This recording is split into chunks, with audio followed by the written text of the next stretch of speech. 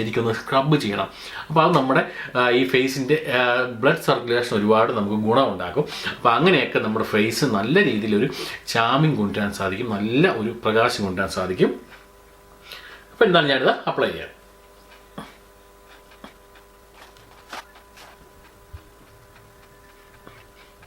അപ്പോൾ അതാ ഇതുപോലെ ശരിക്കും അപ്ലൈ ചെയ്യാം. ഇതിപ്പോൾ ഞാൻ ജസ്റ്റ് നിങ്ങളെ കാണിക്കാൻ വേണ്ടി ജസ്റ്റ് ഒന്ന് അപ്ലൈ ചെയ്യുന്നത് മാത്രമേ ഉള്ളൂ.